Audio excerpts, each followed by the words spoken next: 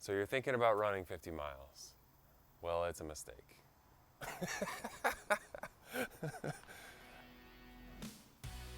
This past weekend, I ran the Hawk 50 miler and I really had fun. The Hawk 50 miler takes place at Clinton Lake in Lawrence. It's a trail race. The 50 has 2 loops. I chose the Hawk because I ran a race there about 10 years ago and had a great time. It was very well organized, so I didn't have to worry about anything. It was very well marked. The first loop, I didn't go out too fast. That's normally my trademark in races, is I go out way too fast and blow up. So I was just trying to stay within my own race this time, just to see how it felt. The first loop, 25 miles, was good, getting used to the course, finding out how many times I can kick a rock with my toe. At the start finish, getting into my drop bag, I forgot to grab my headlamp out and my jacket. There was rain in the forecast and I was just in such a hurry. I should have had some notes written down, what not to forget. But c'est la vie. So I wish I'd remembered. I remember the S-caps, which was taking them every 30 to 45 minutes because I'm 6'5", 220. So I sweat a lot and I didn't have any issues with cramping. I didn't feel like I was gonna bonk at any time. So if that's something that you're concerned about, definitely put that in there. Another part of my plan was for the second loop, I would hike any hill that I came in contact with. So I just wanted to save my legs and make sure I was able to run part of the race all the way to the end. And so I ran until I hit a hill, and then I would hike. I'd crest the hill. I would eat and drink while I was hiking up, and then I would run once I crested the hill. And so it seemed to work out pretty well. I felt like I was still moving. I was enjoying it. It was a beautiful day.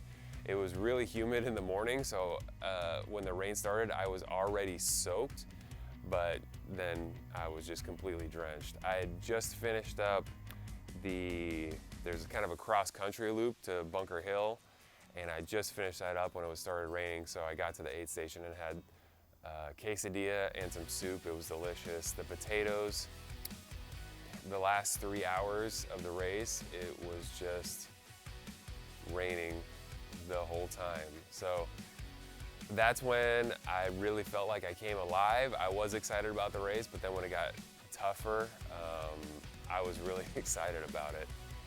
Yeah, it was my first go with the 50 distance.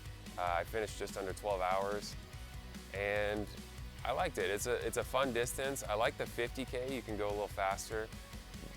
There's a little bit more endurance with the 50. All right, I got some questions here.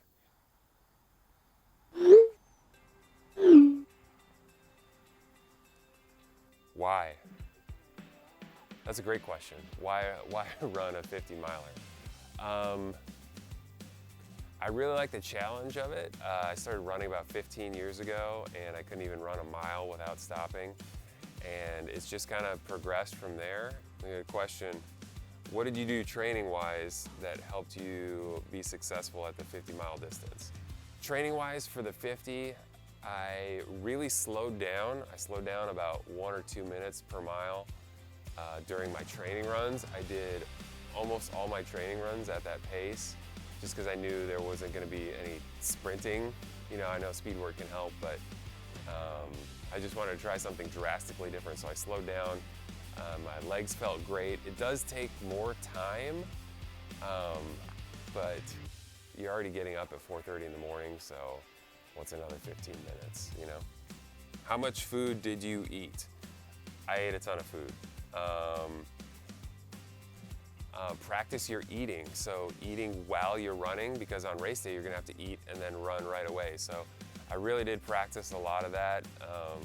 I found out what they were gonna be serving at the aid stations as far as drinks. So they were serving Tailwind, so I bought some Tailwind to train on so my stomach would be ready. I knew if I could tolerate that or I had to bring something else.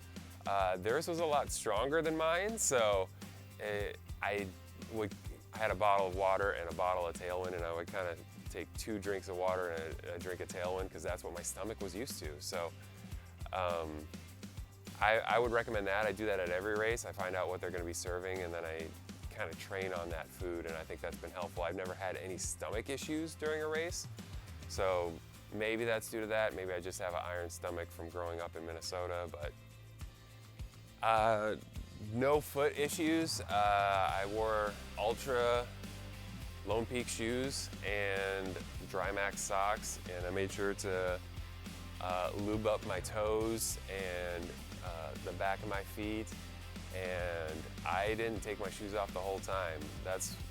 I wear Altra and Drymax every single race and have had 0 problems with my feet. Even with it raining, I still have all my toenails. I didn't get any hot spots or anything, so that's kind of my secret to foot success. What race is next? I'm not sure. I have a have a bookmark folder with about 100 races in it. Probably a 50K. There's a lot of really great, beautiful 50Ks that just have some really cool climbs. And so I would look forward to doing one of those maybe in the spring. We'll see. I'd be up for that, or maybe I've really wanted to do the Grand Canyon for a long time now. So I don't know if it's a cross or the double crossing, but that always seems like that would be amazing. So I don't know. I don't know what's next, but I feel good. I'll probably be able to run here in another 3 or 4 days, and we'll see it goes from there. During the race, people love the jorts. I guess I'm just a monkey, because anytime somebody commented, I would do like a little dance or something. Just look at your training and say, what if I tried something different this time, you know? I've always self-coached, which is probably why I've blown up in every single race I've ever done. I'm gonna put a checklist in my drop bag next time. So